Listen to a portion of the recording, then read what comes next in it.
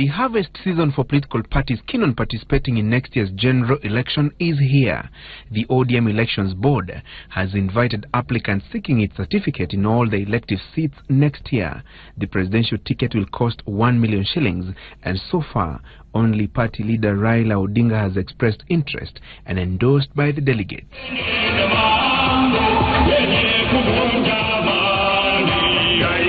Those interested in vying for governor's seats will have to part with 500,000 shillings. The party hopes to rake in excess of 170 million shillings in governor's nomination fees and is targeting at least 7 applicants from each of the 40 counties. ODM is targeting at least 70 million shillings from those eyeing Senate tickets in 40 counties and another 70 million shillings from women representatives, but the bulk of the nomination windfall is expected to come from those eyeing National Assembly and County Assembly seats. The party projects that at least 10 parliamentary hopefuls from each of the 240 constituencies it seeks to field candidates will square it out for the orange ticket, raking in the party at least 600 million shillings in non-refundable fees.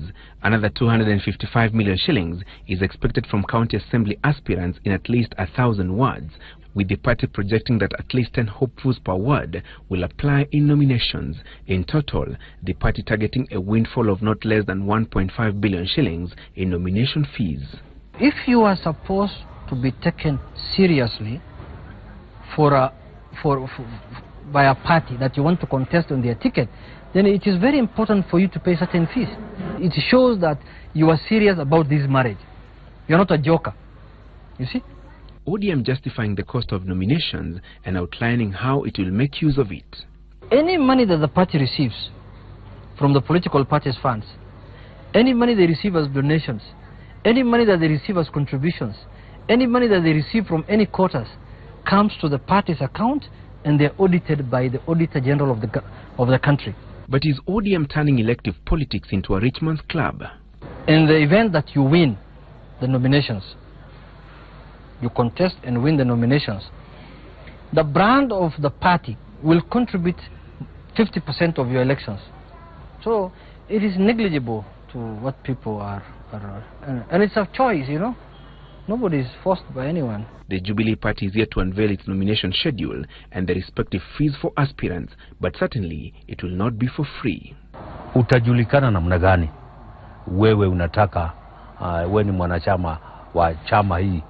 Ni lazima uwe na commitment. Kwanza saa hii ni vizuri mtu akuja achukue application na alipe kitu fulani. Kama hukuji kuchukua fomu kwetu kwa JAB na wewe unatusumbua kwa uwaja, wewe tujua una chama ingine yako ama independent. Those eyeing ODM tickets have until the end of this month to submit their applications and pay the required fees.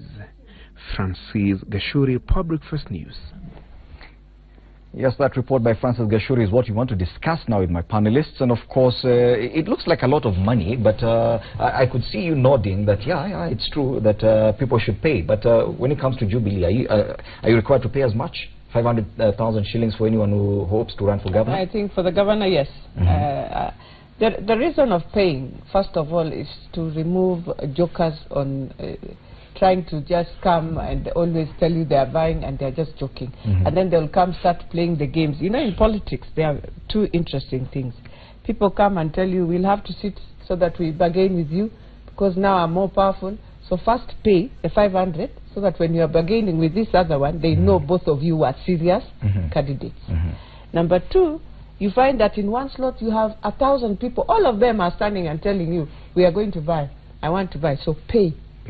Pay so that you reduce also that competition. Now for the strongholds of, for example, Rift Valley, Central, and Nyanza, and even in Kambani, you must put a system to reduce that competition. And the only system you put is to ensure, put in a figure that will bring a serious candidate, somebody who's willing to commit himself to the party. Because you know very well, as he said, after you get your ticket, for example, in Central or in Rift Valley or in Wiper, and you get a wiper ticket, it's as good as 50%, and in Nyanza you are the MP. In fact, in Nyanza you are the MP. These other places you still find competitors because there will be Kano, there will be one. Reduce politics to a rich man's club? That if you don't have the money, you don't have the funds. If you can't raise 250,000 shillings, for example, you can't even become women representative.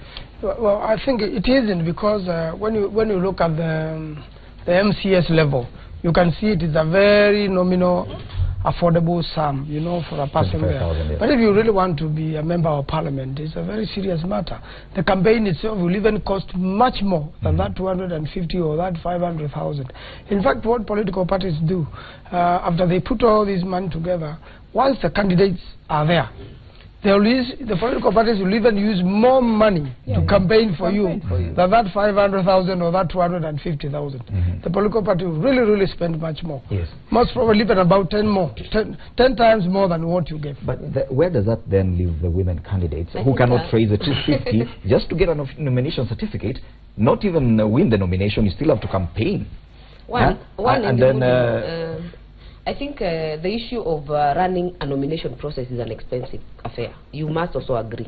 If you have been in parties, I know I have been, Lachi has been in APK, he has been in several parties, so he knows it's not a small affair. It is quite an expensive affair. But I think the issue of commitment, that is what we are speaking about, that you need to also commit that the party does not give you a certificate and you lose to the opponent. You know how it is that balance, and I think every party is doing to get the best candidate, and the best is not just for money. You must also show capability that you can run a campaign and actually win at the end, not at the nominations.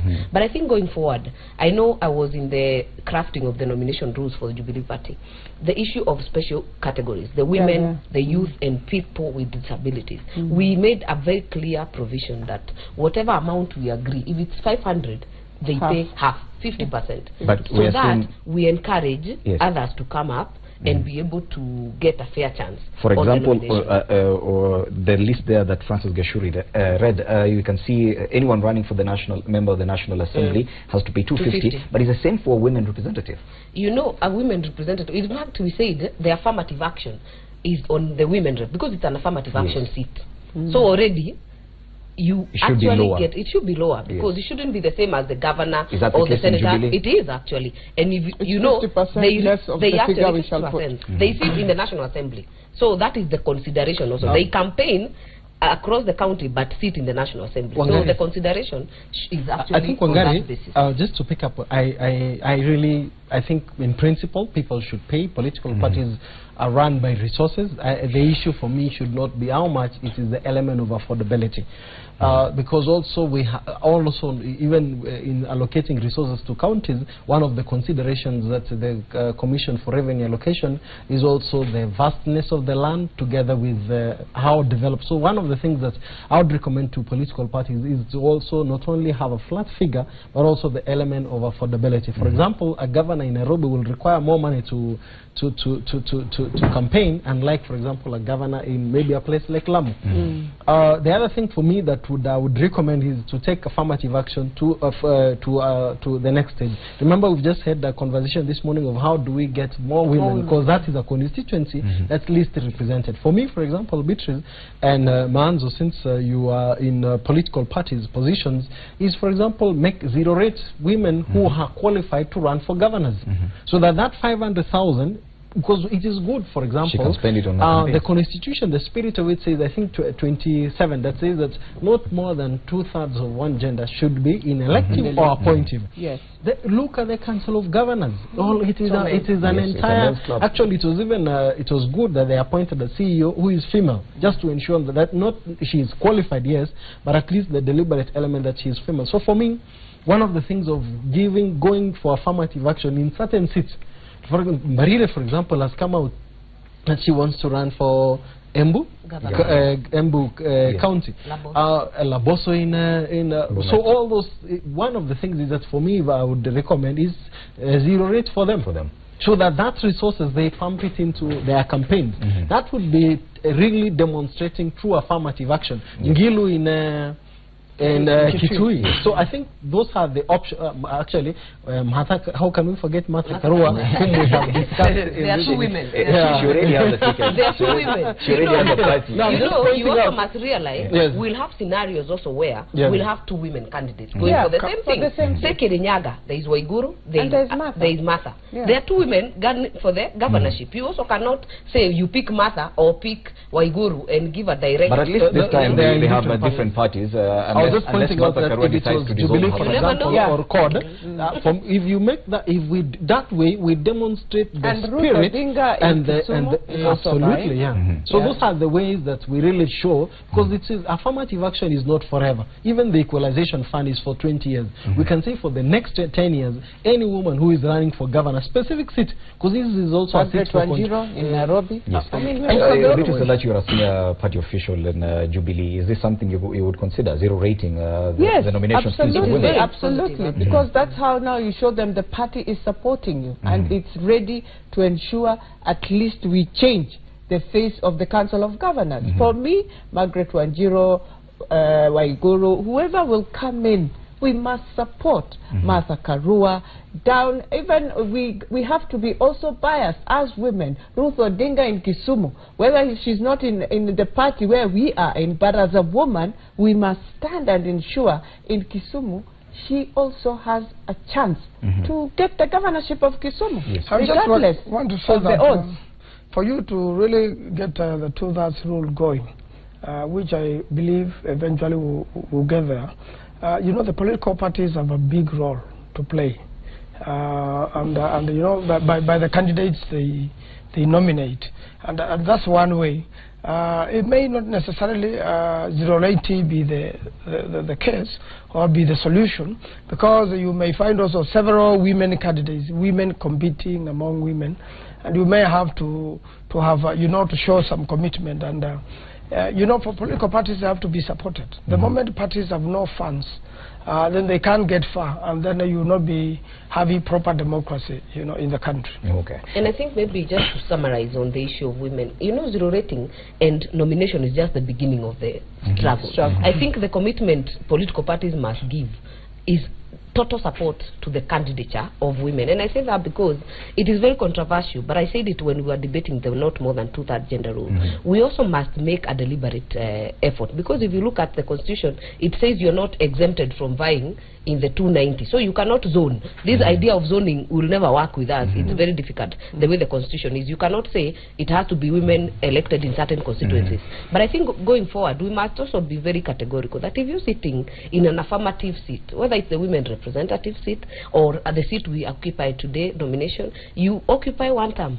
You are incubated, you run for governor, you run for senator, you run for the member of the National Assembly. Because at least now that is the only way we can bring the numbers up. Because as we are going now, out of the 10th parliament, 18 out of 210 were women. Today, only 16 out of 290. So in terms of percentages, we are actually dipping. And most of us who are vying for constituencies, like myself in Gilgil, in Dagoretti North, you will find you'll have delegations every day telling you to go for the women rep position because it is a women position. And we have also seen it in other counties. You find someone who ran as a senator, like say in Nairobi, Millicent Omanga ran as a senator. Now she's going for women rep.